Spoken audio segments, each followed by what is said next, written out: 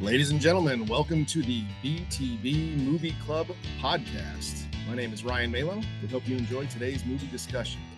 Thanks for listening. Welcome to the BTB Movie Club. My name is Tim Larson, here with all kinds of friends to discuss the movie Uncut Gems, movie number 214 for us from 2019. I don't know how to pronounce these guys' names. It's Safety? Safdie. Safdie. Thank you, Hilty. Benny and Josh Safdie, writers and directors of Good Time, a movie that we have covered before that Dan picked. And after the success of that, they moved on with this, if I may say, gem.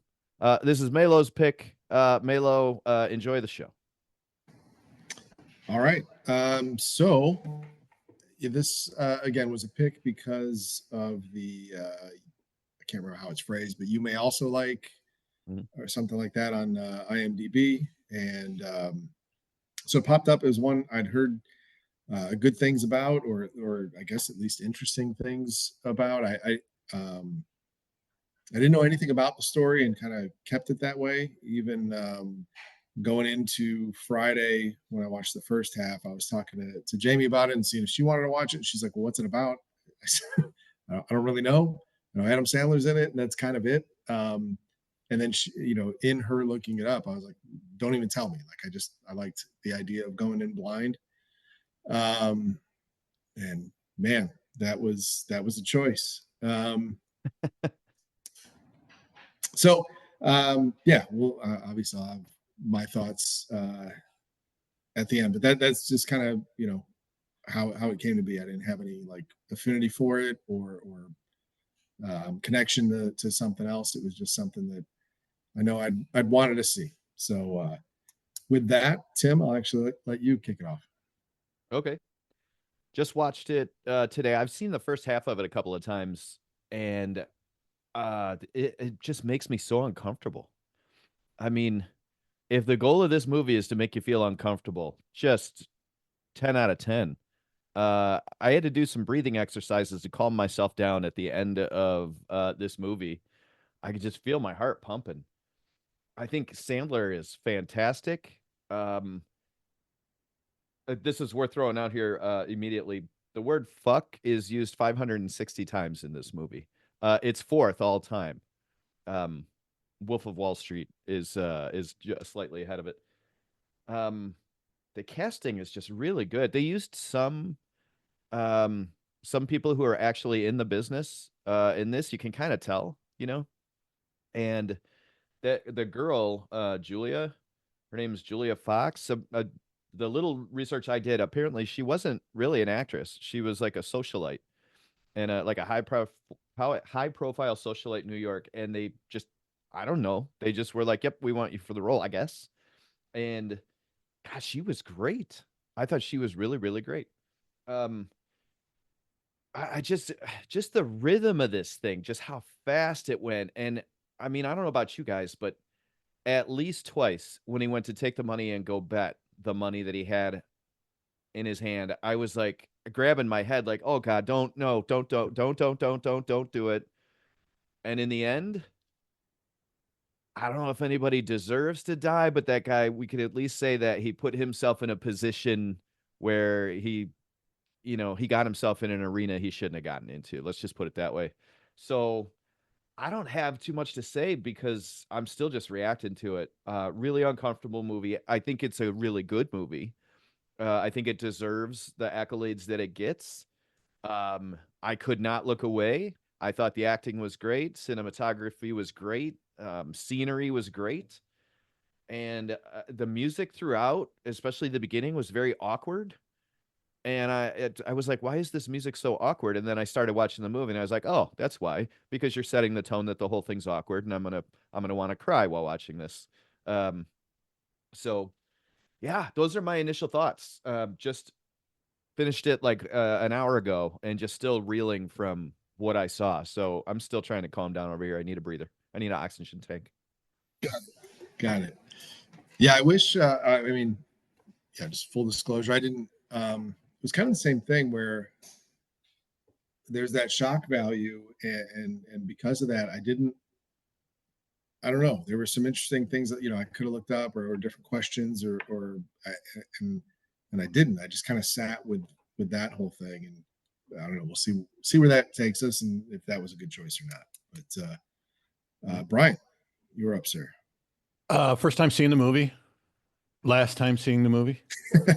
Um, there were moments. It was like I haven't had like really bad gambling issues, but there's been times where in my history financially, it borrowed from Peter to pay Paul, which is basically what that guy did for the whole movie, and trading rings and such. But it just, I guess, uncomfortable would be a good word.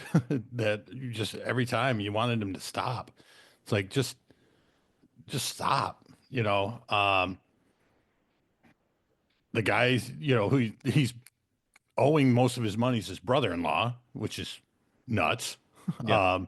He has his dad buy back the opal, and then, or not dad, but father-in-law, um, buys and then takes that money, and he's just pissing that all away.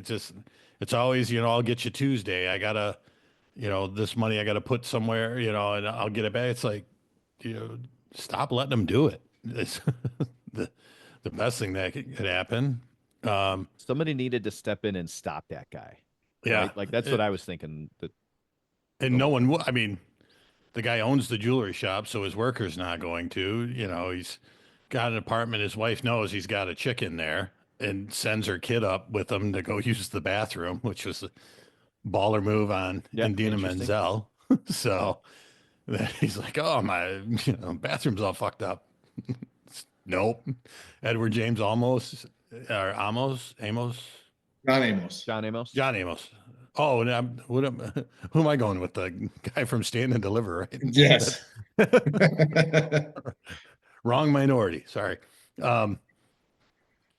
But it was just, there were some parts of it. It was, like I said, made you cringe. I mean, and actually Phil finally stopped him with a bullet in the face. Yeah. So, the Eric Bogosian. I like him. I've seen him do some other stuff. He was played a shrink on Scrubs for Dr. Cox, and then also he played a lieutenant on a Law and Order Criminal Intent, which I enjoyed him in that. But I thought he was kind of the boss, and he had hired muscle, Phil. Then Phil gets pissed off and just shoots him in the head. It was like, what? Okay, I guess don't sit Phil in a hot box for 3 hours and have him watch basketball. Yeah. Shit gets out of control. I didn't write the note. It started, I went, oh, great, A24 marathon. So, and then my biggest, what pissed me off of the whole movie, and I'm surprised I didn't shut it off, is there's no way Tony Allen beats up Ben Wallace. Kevin Garnett was full of shit for saying that, and fuck him. So, but yeah, I mean, I'm not mad I watched the movie or anything. It was one of those, I believe you said, Tim, it was a Netflix movie that came out, and then they ended up just selling the rights to it. They stopped showing it. And I looked that up. Do you know why? Because they were ashamed they made it. Nope. No. They anticipated Sandler getting an Oscar nomination. And if it was just released on Netflix and it didn't go in theaters, that wouldn't happen. So they actually allowed the movie to get released in theaters, and when we'll just retain Sandler's, whatever deal they have, rights later, and he ended up not getting nominated. So they kind of, they let it go in anticipation of that kind of award that never happened. Oh, interesting. No, but it was one that I had heard about. I wanted to see, and glad I did see it. And the other one he did that they were talking really well about him, I think, was one called Hustle. Mm-hmm. And I haven't seen that one either. So I'm He's kind of coaching or something like that, right? I think he's a scout. He's a scout. Oh, He's a yeah. scout. That's right. That's right. And he finds the next guy. But anyways, yeah, that's pretty much what I have to say about it. So Appreciate that. Yeah, I'm surprised he didn't get a nod for Oscars or something. I mean, it's the There's type of role.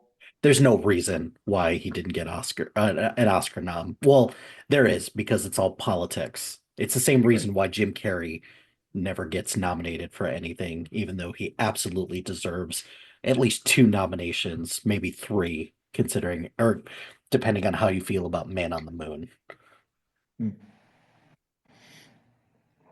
Yeah, I mean, it's set up that way that you would think, and obviously everything that he did with it was solid, I think. All right, but Hilty, you're up, sir.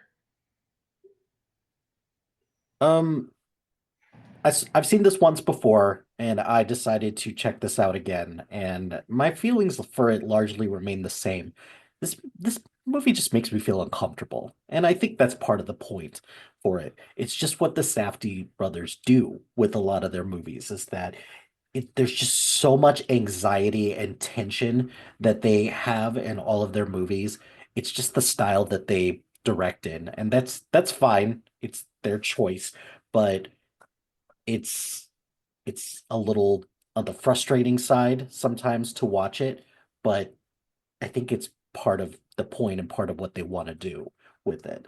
So I'm glad I watched it again, even though as somebody who suffers from anxiety, this movie just makes me cringe at so many different levels. And that's just the mark of, I'll say, innovative filmmaking, because depending on how you feel about it, it's kind of just a perspective on if you think it's good or not. And I think this is just very innovative, very creating, a deliberate way to make a film. I wouldn't go so far as to say that it's not for me, but I still enjoy it nonetheless. Um, Touched on Adam Sandler, and this is probably the best dramatic role that he's ever done.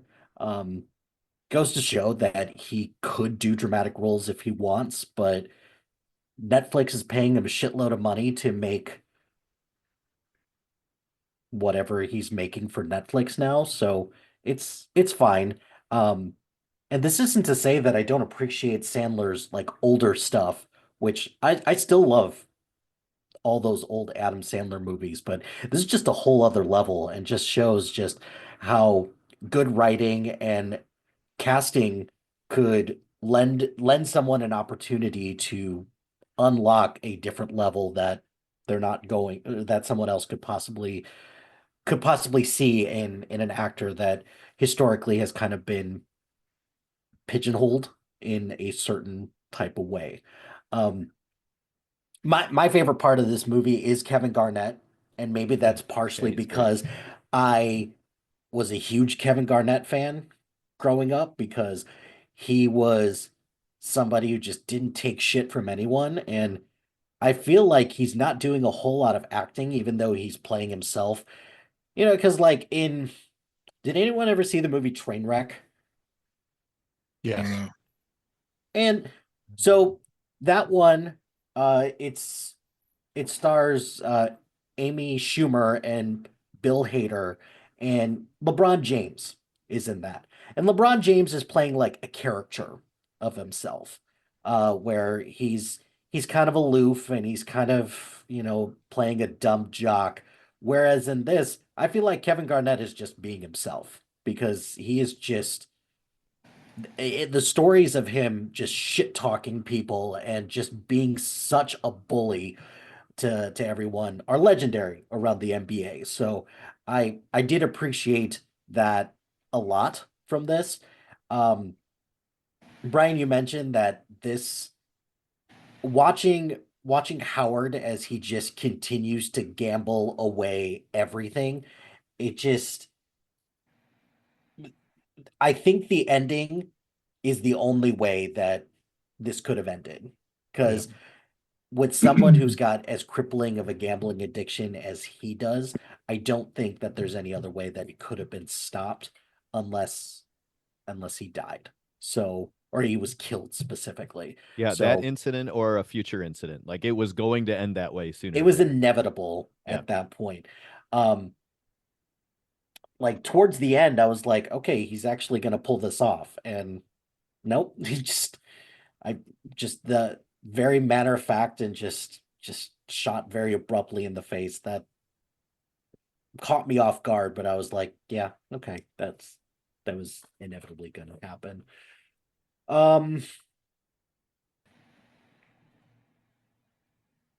Just also just the griminess of just all the people in this movie. It's just a testament to just how the Safdie brothers just wrote and directed this.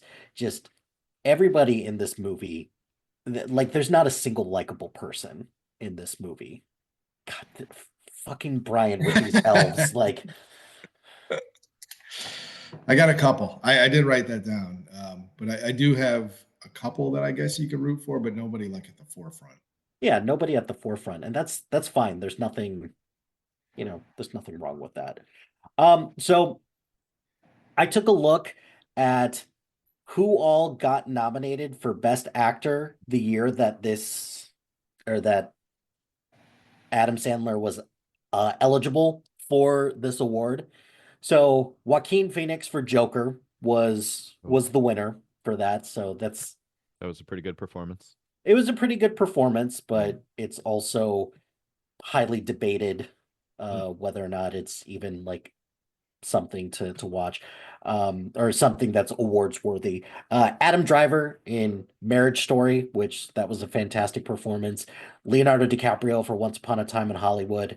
And the two that, you could possibly swap in and out, Antonio Banderas for Pain and Glory and Jonathan Pryce for The Two Popes. Because Jonathan Pryce, I remember, that was the one that was like, really? This guy?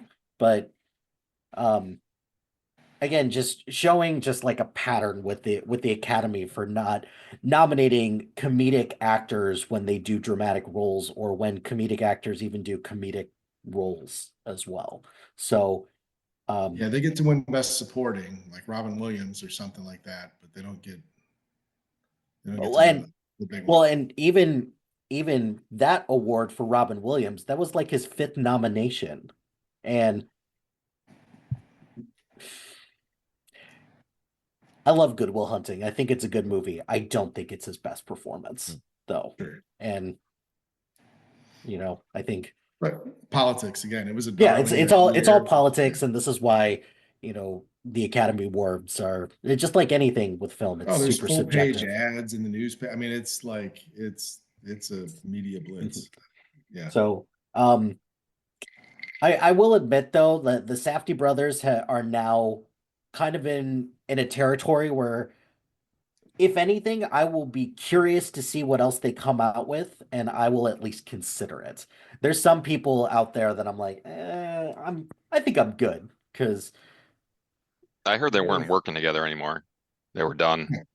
I can see that being a thing because not everyone can be like Joel and Ethan Cohen, where they've done most everything together, and even one of them does the predominant amount of directing.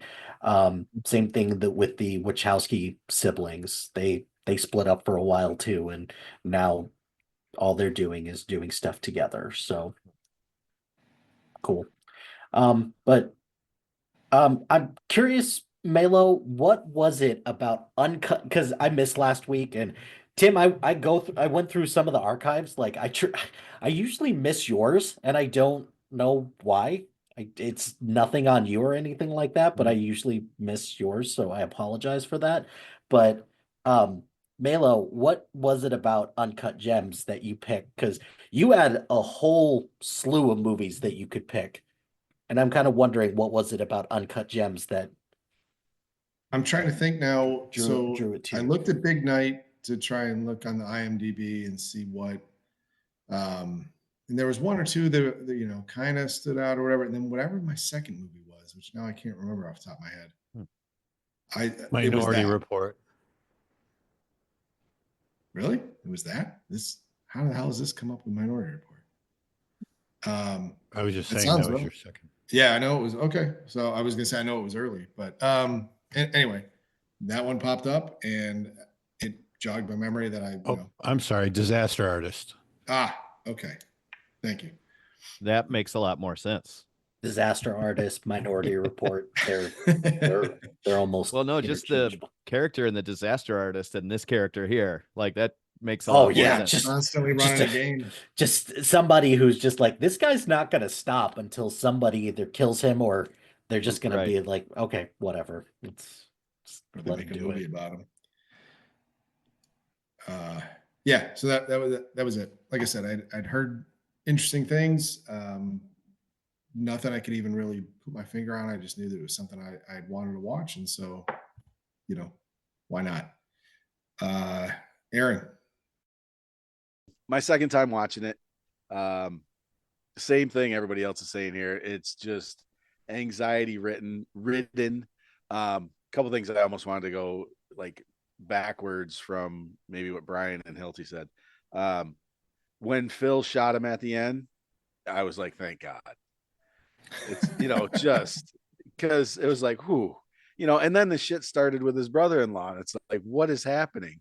Because you thought it was over and it's going to be a break. And, as soon as Phil grabbed him, I'm like, oh, he's dead too. He's had enough. I wanted to ask, did Real quick, I was going to ask, so I mean, it's a good spot, and Hilty kind of alluded to it. So do you think he should have tried to run, or do you think he'd have been okay if he just played cool? I think he would have been fine if he would have played cool. He would have got out of there alive. He would have saw his brother-in-law. 75% chance he gets out of there alive if he played cool. Yeah, trying to run, he was automatically dead. Yep. Yeah. The thing to keep you alive is, thank God you shot my brother-in-law. Like, you say that in that room, and then later on you change your story. Can I get one of them Furby necklaces? You become part of the crew. You're all in it together. You don't become a potential rat or a squealer. Hell no, I'm in it too. Give me the gun. I'll put a pill in the back of his head too. Whatever. But you get out of there alive. He's dead.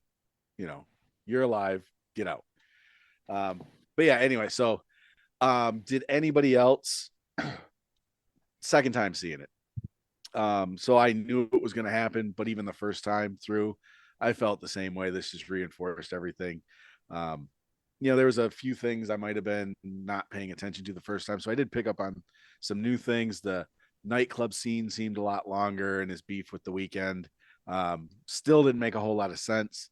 But that gets back to his just anxiety ridden lifestyle of, always needs drama, whatever. But so when he had them trapped in the two doors in the breezeway, I knew even the first time, as soon as Phil they showed Phil sat down and calm and he wasn't fighting, I knew as soon as the door opened, he was dead. Yeah. Opening the door to the inside was the wrong move. Yep. If he would have opened the door to the outside, he at least would have got a feeling for what was going on. If Phil would have hung out, it's like, yeah, now that inside door is never opening. But yeah, it's as soon as he walked in calm, as soon as he sat down and everything was calm, I was like, as soon as this game's over, you're dead. Which brings me to, because if anything, it was tense and positive, especially with what was going on with the girlfriend in, where was she? I know they said the casino, but where did she take a chopper to? Would that be like, I think it was Atlantic City. Atlantic City. That was my guess too. So not super far away. But that was weird and creepy too. The guy who's just credited as high roller. It's like, what is going on with this fucking guy? Is he gonna murder her? Is he gonna rape her? Is he, he just was creepy. So that was like stressful. The whole thing was stressful. Him watching the game with the guy sitting in the breezeway, stressful. But I wanted to bring up the point. I don't know how bad of a gambler he really is. Because yes, the movie opens and he owes somebody a lot of money for maybe one bad bet, but he fucking hit 2 unbelievable stringers in this movie. So I think he's really good at what he does.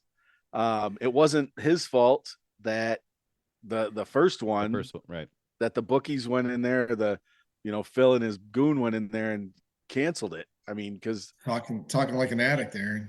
that would no, I don't gamble at all. I don't like spending money on anything, especially throwing it away on betting on sports.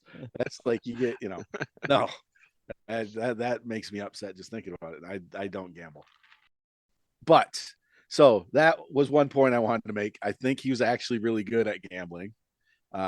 We don't know what happened just before. Like I said, he might have taken one really bad beat and owed some people some money. The two, I'm going to call them twins. I know they weren't twins, but the old seemed like gray hair bookies that he really didn't pay any attention to, gave him a fake Rolex, and then told kicked them out like they were, street dealers or whatever. At one point, I thought one of them was going to kill him when he came out of the office, or, kill his girlfriend when she came out of the office. But that never happened. So, and just all those little things of never knowing what was going on kept the anxiety levels up. Like, Hildy was saying, total anxiety from start to finish. This time I did fast forward just because, one, I kind of knew what was happening, and two, it was enough anxiety. It was brought up a good character, the wife. I don't think she did anything wrong. Adina Menzel. She seemed like she was trying to hold things together, putting up with his shit. I never watched The Sopranos when it first came out. So I want to say it was just over this summer. I binged the whole thing. Yep. And I don't know at what point Jewish diamond brokers and New Jersey mob bosses have side girlfriends, and it's just kind of part of the culture. Because it seemed very similar to me that this time watching it, that he just had a mistress that he kept in the city at a apartment that the wife kind of knew about. And obviously she was divorcing him, but she kept, it seems like they may have put it off a couple times. And he was trying to talk her into putting it off again. But yeah, that whole just the gambling, I think, is part of it. The diamonds, I think, are part of it. The big score with the opal is part of it. It's all gambling. It's all addiction. It's all just dopamine fixes, and addiction to drama.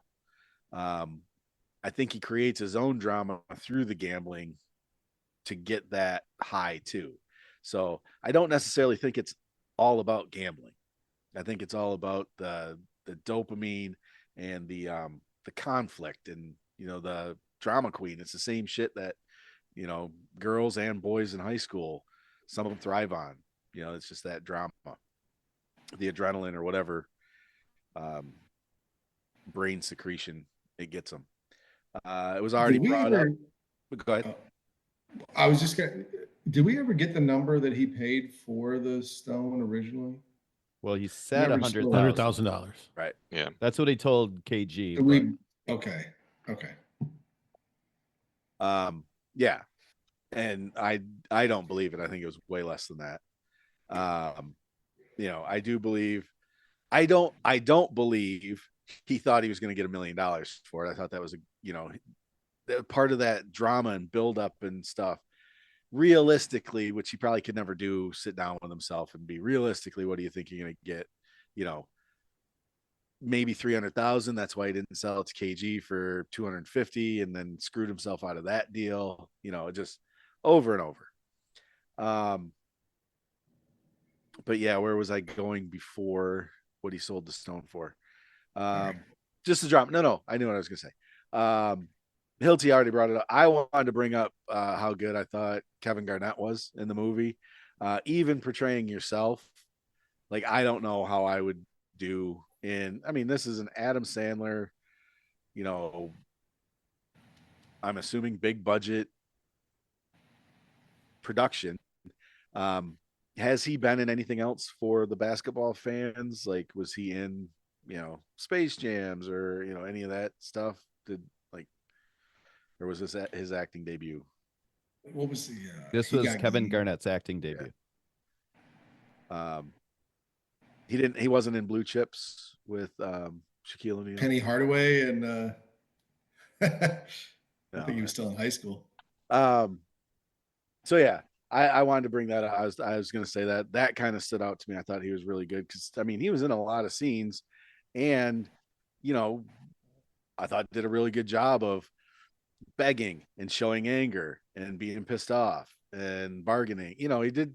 I don't know if it was good direction or a person like that who's been in high stress situations. He's a very charismatic person on his own. So I guess it probably wasn't that big of a stretch for him, but I don't know. Just somebody saying, go in and just be yourself. I don't know if it's as easy as that. I've never acted in anything, and it would terrify me. So I just wanted to point that out, but it was already done. Just the other gets they got for this, The Weeknd, he was already a star before this came out. This was just 5 years ago. He's been, a hit since way before then. And then John Amos, that was a cool, such a random deal. Yeah. So awesome. As himself too. So weird. And no, the kid can't use my bathroom. Perfect. Yeah. Get out. Last thing I want to say. So, and I know it's ridiculous, but so is Phil and his buddy, are they the Uncut Gems? Because they're the they're the non-Jewish people, and they're the ones that finally put an end to the whole thing. Never mind. You can sell that if you want to sell that. It's I don't know how quickly I'm going to gravitate towards that. I was going to ask you if you think Phil's a hockey fan, because pretty quick to anger, doesn't like being put in a glass box for a long time, and hates watching basketball. Doesn't give a shit about basketball. I've seen you watch basketball. You're not a fan. I'm just wondering if you're related to Phil at all. No, not related to Phil, but I identify with Phil. I totally understood everything he did. Push came to shove. A lot of times he showed a lot of restraint when things could have got worse when he was trying to get the money, and Adam Sandler would not shut the fuck up. And, half the time, if he would have just shut up, it would have made things a lot better. But hung him out of a window, man. Like, it probably wasn't his first time. I guess I just not there to even the moments of like opportunity that he wasn't originally there, and then all of a sudden it was there, and he's like, oh, I'm going to take advantage of this. Like when the thing falls out of the door, or like calling her over to hang out the window, like all that now stuff. Me, I wouldn't even have swung the money over to the other window. I'd be like, the strap would break, or it's just not going to happen. Yeah, I'm going to give it to the people and apologize and be like, yeah, let's just be done with this, and I'll go on selling my, fake Rolexes or real Rolexes, or like whatever. a normal person. I did think, like, I get Phil, like where he's at, like as soon as I get out of here, you're dead, and then like whatever. But I think I'd have also made sure they secured the money first. At that point, I think him and what was the other guys? They didn't. Nico. I think they were just on their own. Whoever they were working for, or whatever they were doing, they were just grabbing what they could, and they were going to go back to Jersey. Yeah, I guess they got the whole place to, and they were done with this whole thing. They, they weren't going to fuck around with these, diamond cutters anymore. Which the whole diamond industry, you said, oh, sorry. You said the money strap might break, but that's not what gambling addicts do. They think, I got the money, now I'm going to not pay off my debts. I'm going to turn this money and double it by betting some more. That's what they do. That's what I was saying. That's how much of an ungambler I am. I wouldn't even have held the money out the window. I wouldn't have gambled on that. Right. Let alone give it to somebody else in hopes that somebody's going to get the first 3 rebounds, or whatever. Opening tip Yeah. both I times. I'm like, know. what are you doing? Yeah. That's crazy. 150 grand on the tip. Yeah. Oh, I thought that was like a crazy word for something. It's like, it's not the tip. I mean, he's not gonna. And how different would the movie have been if he lost the tip like right away? Right. I thought for sure he was going to go up and roll his ankle on the opening tip. Right. Right. So Yeah, any of that could have happened. question for the gamblers, and I think that's Malo and Brian, right? I don't know, Dan, have you spent some Technically, time it's- gambling on stuff? A long time ago. If you do a parlay like that, if you lose one of them, are you just out, or do the other two still are in play? You're Nope, out. you're You're out. pretty Yeah, you got to much win out. all of them. So Okay. winning a 6-way parlay is really I difficult. shared the 8-way I had earlier today. but, Yeah. you The know. dog with 8 legs. Okay. But yeah, By the no, way, the John Amos being there feels really random, but it's not completely random because they even say it. He was the dad on Good Times, and those guys wrote the movie Good Time. oh, nice. Yep. Didn't put that together, even though Yeah. you had just said it. So that's Nice funny. little Easter egg. So they went. They went. It's just pushing buttons. Yeah. Pushing buttons. Okay. They went and found it just for that. Anyway, no. I get why, and I guess IMDb doesn't really echo it, but I get why Rotten Tomatoes has it as like a critic's sweetheart and a audience not so much. That's exactly, very artsy, very well done. Everything's perfect. The acting's nice. I don't like the movie for what it does, and it which is weird because I think that's its intent.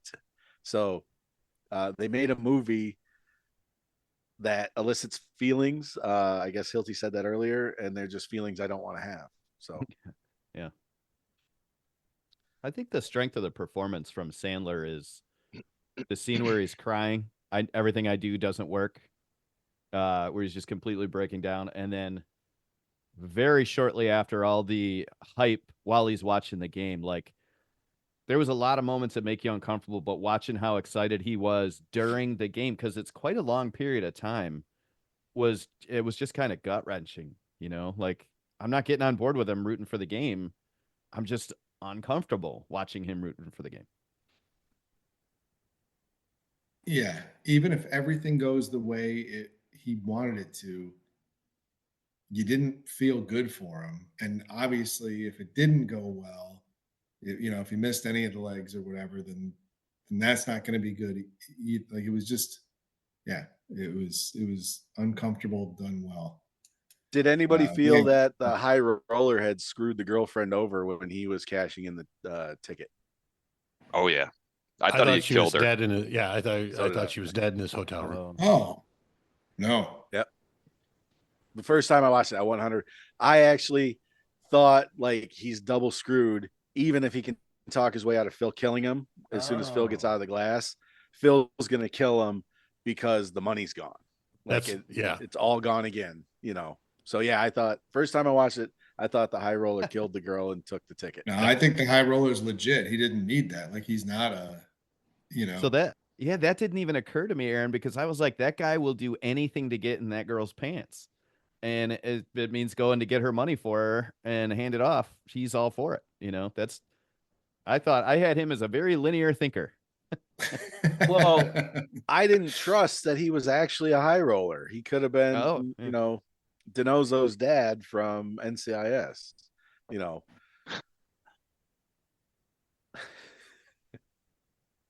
all right. God, I can't think of his name.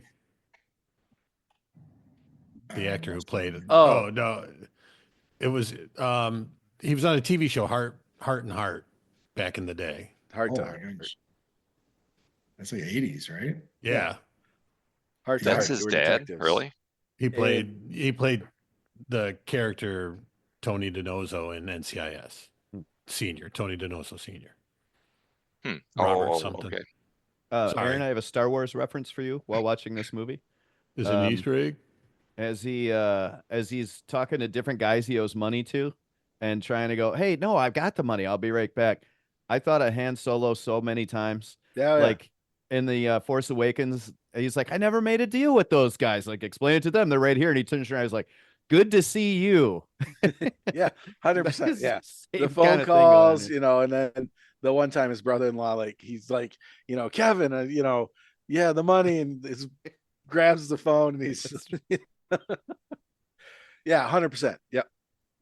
It made me think a little bit of the I guess bar fight scene from Happy Gilmore when she busted him. He's like, no, I was just trying to find the other end of this bottle. There it is. Here's There some. it is. Here's some over there. There's some over there. You eat pieces of shit for breakfast? But it was that, there's elements of that same thing he's tapping into there. All right, Dan, what do you got?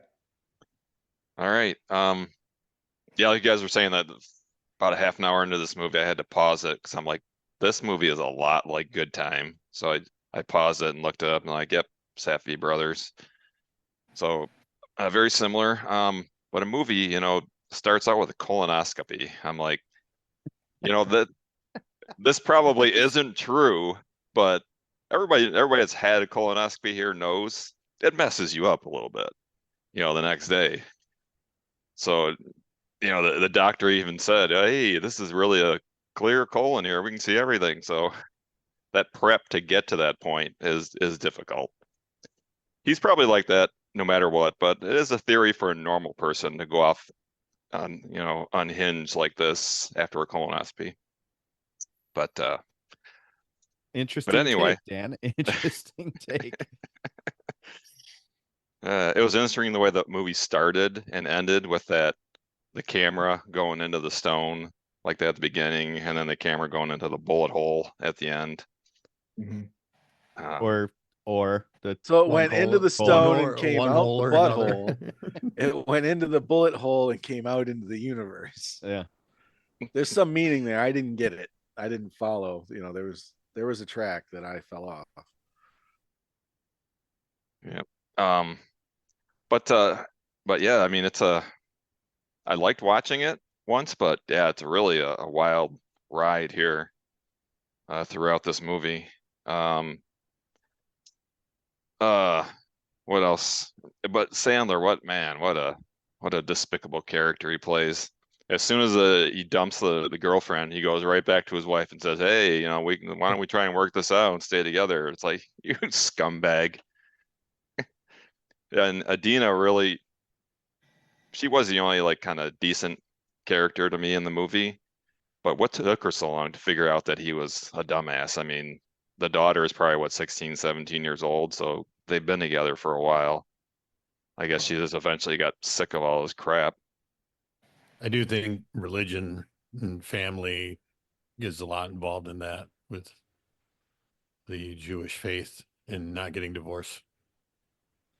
Okay, yeah, could be. Lifestyle may play a part. They did have that family dinner where it seemed like that stuff's very important to all of them. That's true. It was by far the calmest.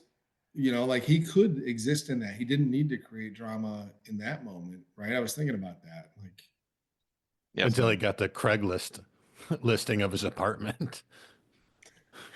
Yeah. But yeah, that's the only fairly calm part of the movie, that dinner, and then he goes to the apartment and sees that she moved out. And I think there was about a half an hour left in the movie at that point, and I knew that this is the one calm moment, and that's gonna flip, and it's gonna go wild and crazy ending here.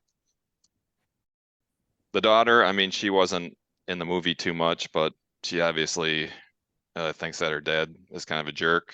She basically ignores him when he's talking, and yeah, okay, Dad. So I think the mom and the daughter were probably doing some talking there about what a jerk Dad was. But then she saw him running backstage, before her performance. She sees him running through there.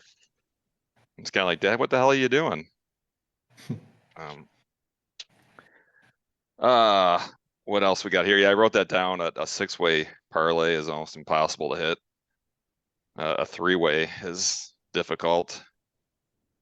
I mean, if you're smooth in the bar, you can. Oh, yeah. My bad. Yeah, that's 70s guy. He was creepy. like the 70s high roller guy. I mean, that's what I was calling the 70s guy with his. He looked like definitely a refugee from that era. That's a good way to put that.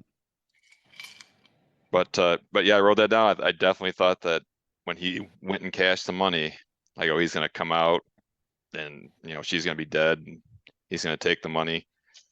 But like Tim said, he probably was a multi-millionaire and he didn't really care that much about the money. He just wanted the girl. What do you think she did with that money? Like, what do you think happens to the money after? That's a good question. She's gonna go back to the place and probably the cops are gonna be swarming all over her. He's gonna be dead. They're gonna be waiting for her there. Could be. But who knows? I mean, the only people that know what happened are the dudes that robbed the place and took off. Right, Like, and they're gone. And Who were the guys that they had stationed in Atlantic City? That was them, wasn't it? They worked with that Phil. was their Right, that's what I'm associate. saying. Yeah. Right, so they could say, "All right, you missed her there. See if she shows up for work," or I don't, Oh yeah, like she's not going to be safe. But as far as I think anyone's concerned, the cameras in the casino would verify that she placed the bet with cash. Right. Like it's her money. It's her money. Now people could take it away from her, but like the cops aren't gonna, or the No, but those guys. I mean, if anything, I don't know. Yeah, it would just be luck if she showed up at work and they weren't staking out the place and she was able to take off with the money. And like they'd probably be looking for her pretty hard. But there's no way they would go back there though. Like they were ransacking the place and they were not staying in town. Like they left a murder there. They're not going to stake that place out. Right? Double murder. Yeah. That's true. They probably got their, money back and all the jewels they stole. Well, they weren't owed any money. It was his brother-in-law that they were working for. So like there should be nobody looking for that money. Right. Once you know it exists, you might start. Right. Oh yeah, everybody's going to decide, Except for the scraggly hair guys. They didn't get paid yet. The scraggly hair guys, nothing. they need some cash. And that would be like I don't know if it'd be a Tarantino ending or whatever. It's like, 5 years later, she's on a beach in Malibu and those fucking dudes show up in t-shirts and jeans on a beach, shoot her.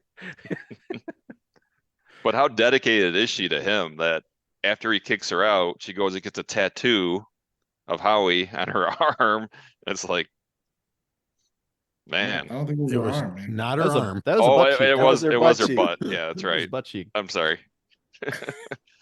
Her butt tattoo. And he was not worthy. That made him cry. Oh, yeah. One of my favorite lines though. What the hell was it? Now we can't get buried together. Yeah. But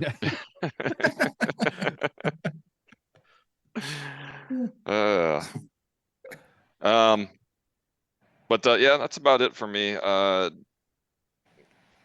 wrote down that kid's room was probably like Brian's dream room. It had a bunch of figurines and I don't know what they were, like from Action movies. figures. Action figures, yeah. I'm sure Brian knew what they were, but I really didn't. But I just saw all the stuff back there in the background. But I thought you meant the bedroom with the race car bed. I thought that's the one you were talking about. His sons, when they went into his son's room. Yeah, there was two. There was one with the race car bed. I thought Brian would like that. You're talking about the one with the basketball hoop. I was kidding. Sorry, Brian. Okay, yeah, that's one I was talking about, the basketball hoop. Yep. But that's it. I'm glad I watched it once. I don't know if I could watch it again because it's so intense. But it was fun watching it once.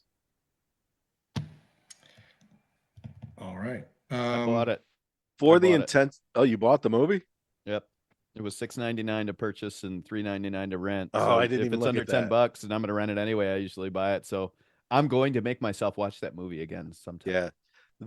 Out of all the anxiety, the two worst scenes, like anxiety filled, I think for me, like, and I know there's more at stake in other scenes, but when Kevin Garnett is in the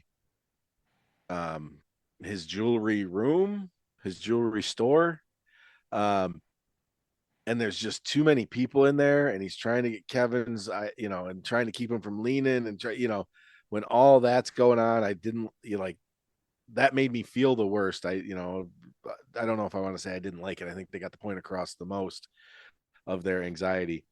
And then in the bar, in the club, when his I don't know, what would you call him, his lure, his guy who brings guys to him, was wearing the fucking neon orange that like lit everything up around him. Whenever he walked up to somebody, they like glowed red.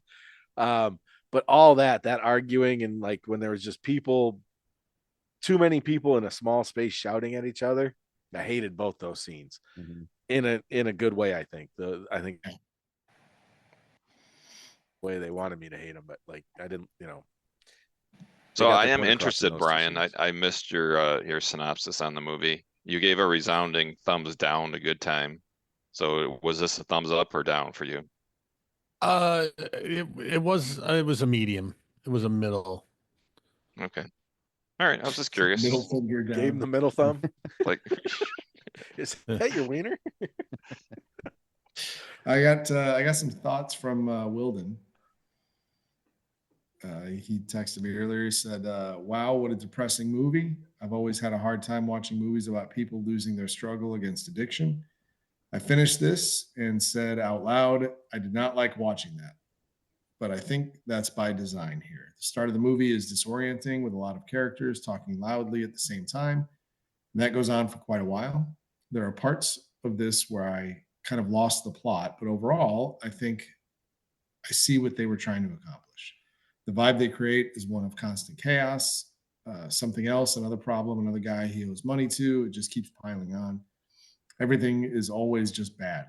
The only times you're allowed to feel somewhat good in this movie are when he has a big bet going and is actually winning.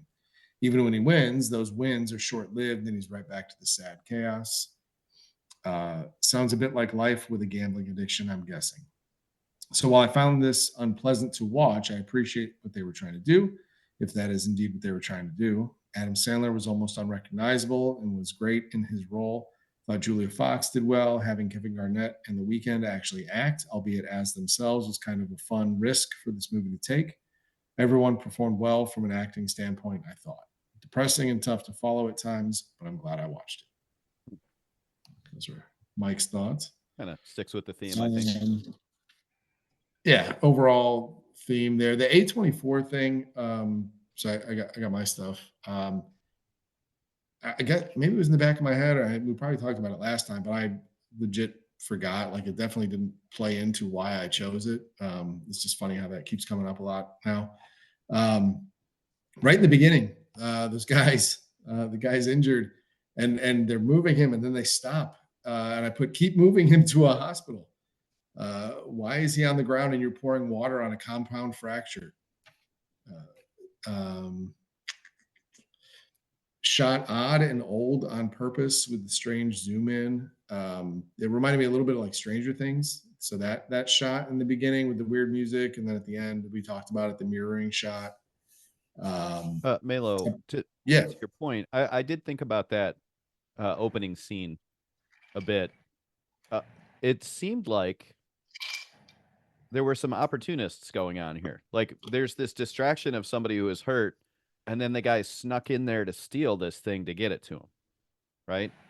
So he bought this thing not through, like, you know, a legit, this is where you get this stuff. Like, it seemed like this is a black market purchase. Like, it shows up, it's hidden in a fish. It's in a fish. And the guys look like they snuck in there. And so I was wondering if the whole thing with the injured dude was staged. As in, like, to get the, you know, they had like Chinese guys there with guns kind of overseeing everything. I was wondering if all of that wasn't just kind of staged so that somebody could sneak in and steal something and get it out on a boat, black market style, because that seems like where he would get his shit from. Yeah, that I agree with. That's and I don't know staging. I don't know what you mean about staged. I think maybe those two guys broke the other guy's leg. Like, I don't, you know. Oh, okay. Yeah, that's what I was kind of thinking. Yeah. This cast, holy crap! Garnett, Bogosian, Hirsch. So here was the thing with Sandler. So I'm like, okay, he's doing a voice and he's got the teeth. And at some point, like it reminded me of like Sandler, like doing a kind of a like a Borat offshoot or something. Um, I come back to it later. So rule of three on the glass. I knew that was gonna like he just, you know, when he warns him once, you're like, okay, there's a reason. And then he warns him again. You're like, all right, third time. And sure enough, right through. Music is awful. That's a quote from Jamie Malo.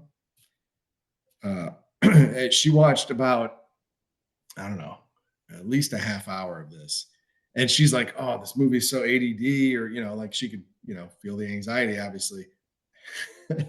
I'm like, they're just setting it up. Like, you know, they're just getting things going, and, you know, and then the story's getting. So I told her the next day when I finished, I'm like, you chose correctly in not finishing this, because you would not have enjoyed that.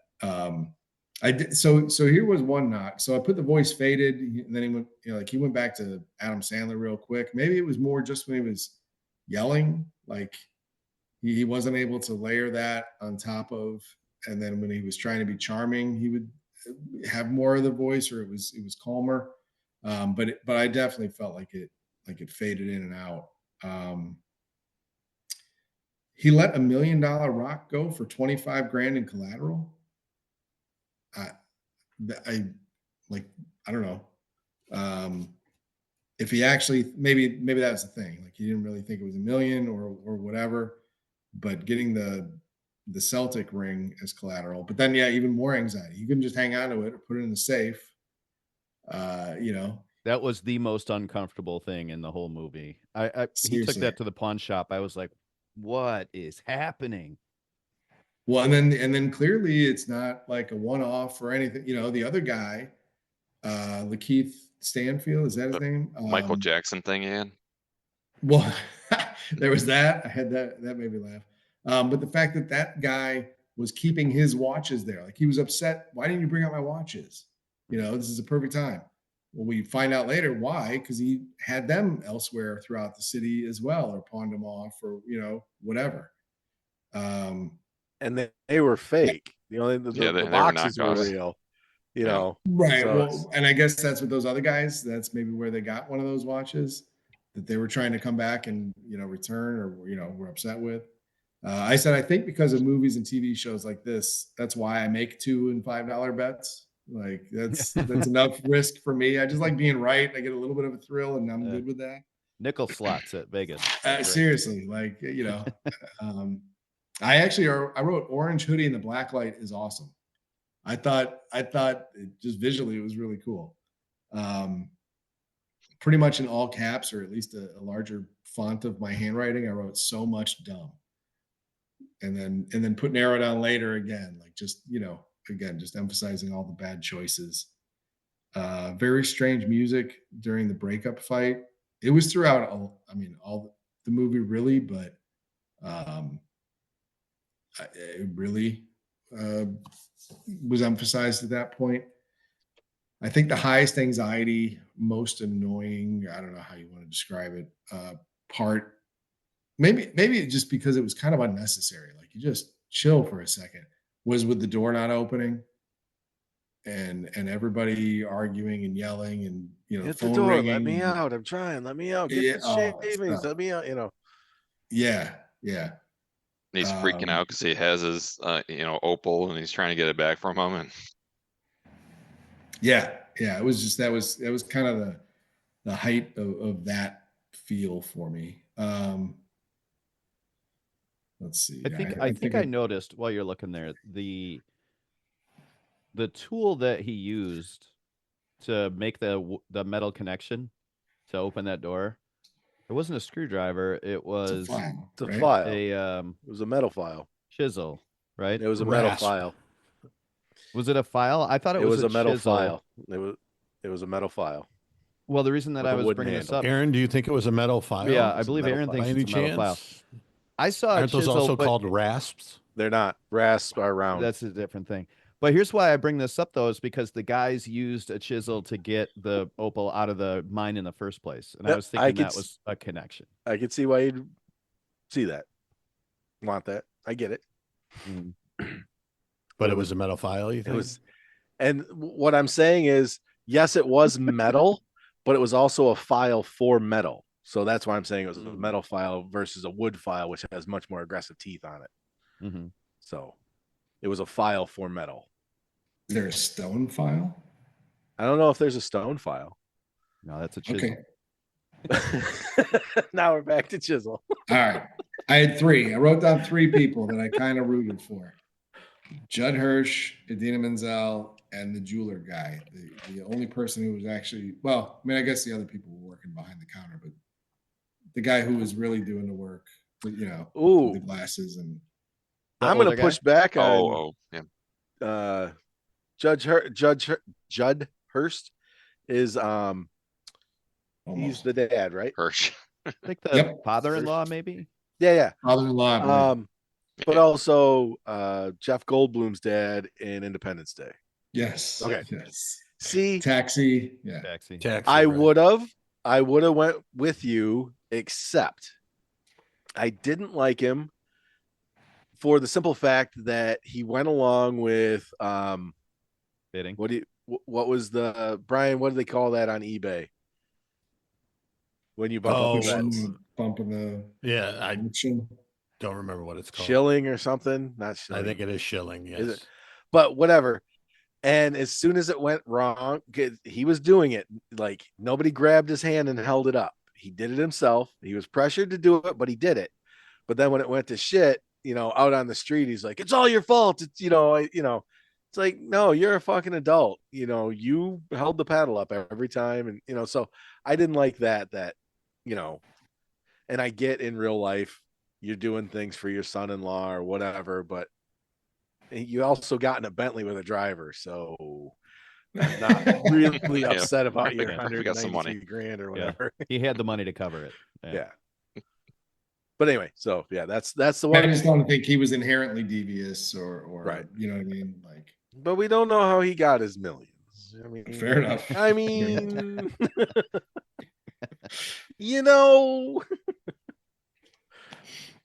So no inebriated Matt Smith. He texted me. He wasn't gonna be here. Come on. Well, you guys are gonna love this. He said, "I didn't get a chance to watch the movie. No. But let me know if you guys end up BSing after, and maybe I'll jump in. So we might get a drunk Smith in a while. What I should tell him is that we're done. We could show up, and find out that we're not done talking. Okay, that'd be cool. Because 2 things: the Kevin Garnett $25,000 thing, or the ring was worth more than $25,000, or didn't somebody say right? But I don't know why I wrote 25. Yeah.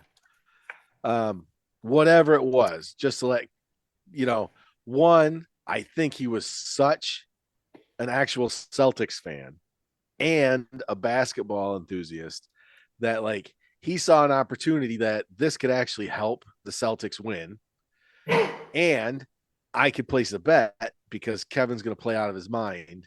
That's why he would let it go, thinking it was $1 million rock to Kevin overnight. But he said no. He's like he said a couple times he's a Knicks fan. Yeah, how crazy is this? Oh, you're right. Is that the gold ring he had? Was that Knicks? That was the other ring. Yep. Okay. And that's the thing in New York City. All the Jewish people are Knicks fans, huge Knicks fans. So every one of them. Yes. I didn't know that stereotypical, slightly racist factor. Just so everyone knows, opinions of Dan Sears do not necessarily reflect the conscious of the group. All right, so maybe that. So I was just going with I thought he really liked the Celtics, and I never picked up the whole. And even when they said what the other ring was, I wasn't sure, if it was baseball or what. Well, honestly, Aaron, that's the thing. You can't. That's where you were going with that. Yeah, but. So Knicks play basketball, huh? You can't trust anything he says because he's saying that he's a Celtics fan to KG to get him to perform so he can place the bet. And then, he's selling the Knicks ring to the pawn guys. And, he talked them out of taking a good look at the Knicks ring.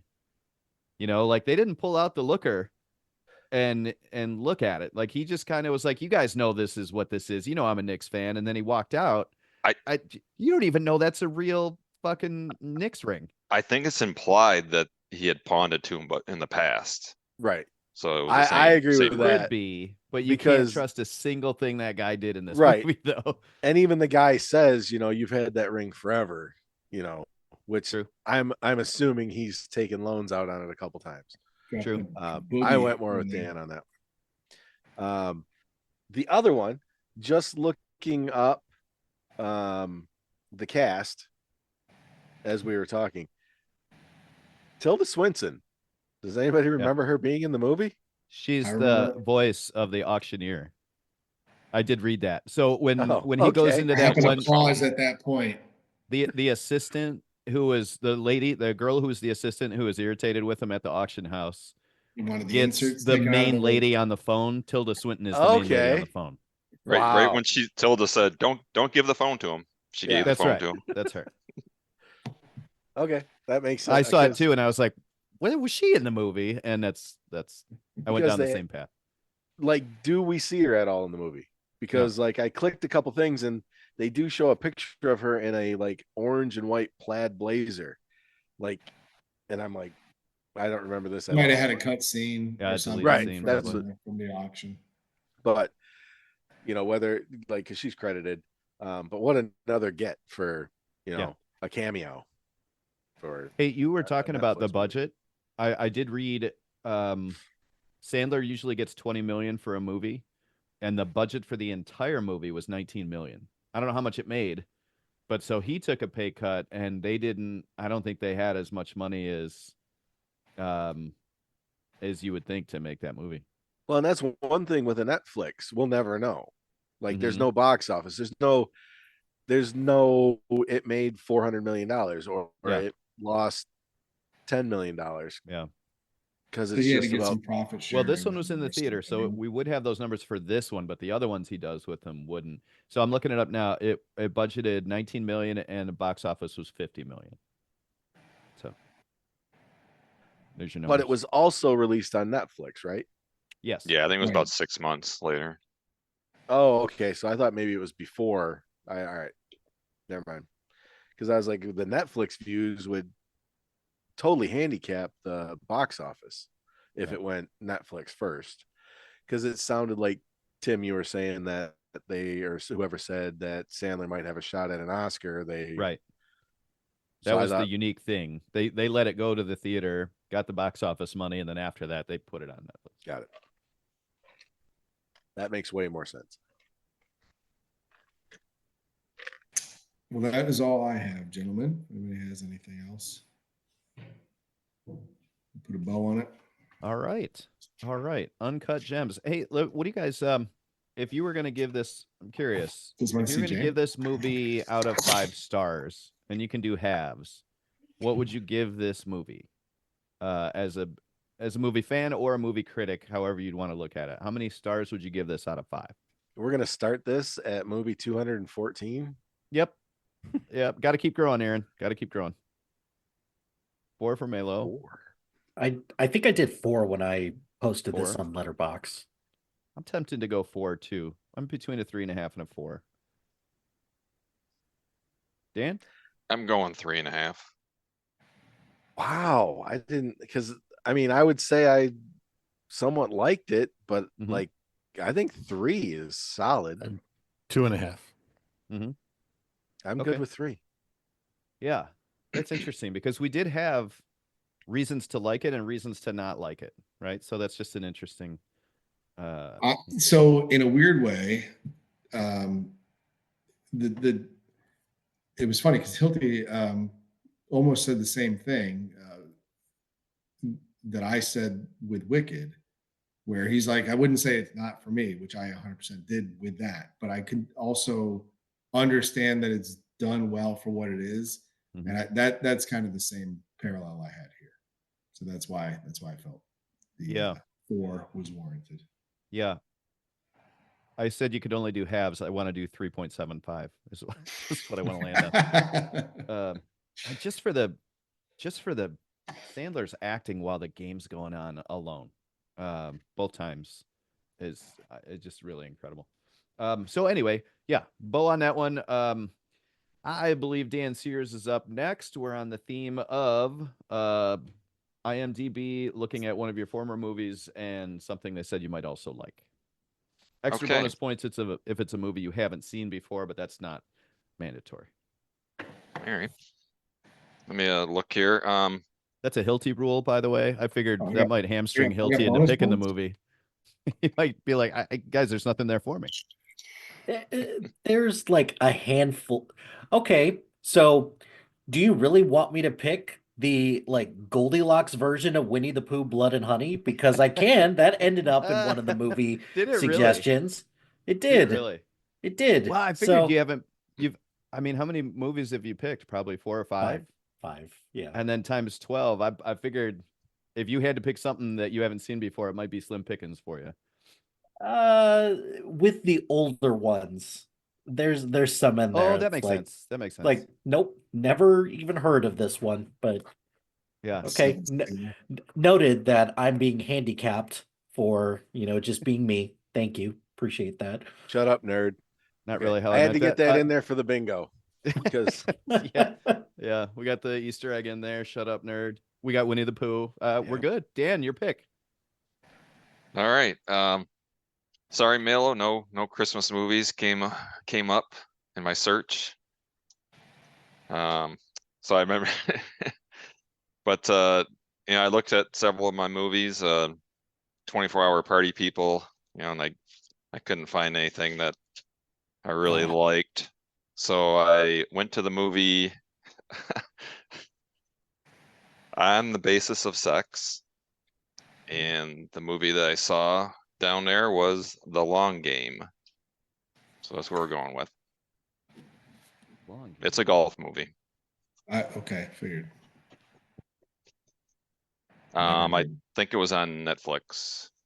Who's it? I'm not. So it's a familiar little with that. inspirational themed movie, I think, because I've never seen it. But it Never seemed like a heard of little inspirational Christmas. Dan, you've picked a movie I've never seen. Yes. Hey, So got who had Dennis that on the Quaid bingo and card? Cheech Marin in it. Yeah. Oh, Cheech. I mean, yeah, we got a golf movie golf with Cheech. golf Dennis movie Quaid. with Jay Hernandez, Dennis Quaid, and Cheech Marin. Yeah, Tin Cup. It's Quaid. oh. Isn't Cheech in Tin Cup? Yes. Yes. Yeah. That's what I'm He's saying. fantastic Yeah. in Tin Cup. Bones, what's going on, Bones? Take the change in your right pocket, put it in your left. I look like a fool. What do you think you look like shooting chili dippers up Lee Jansen's ass?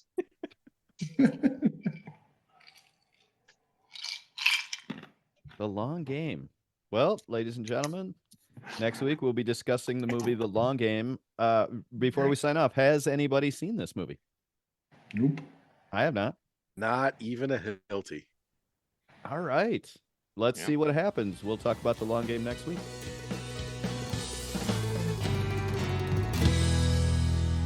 That'll do it for this episode of the BTB Movie Club podcast.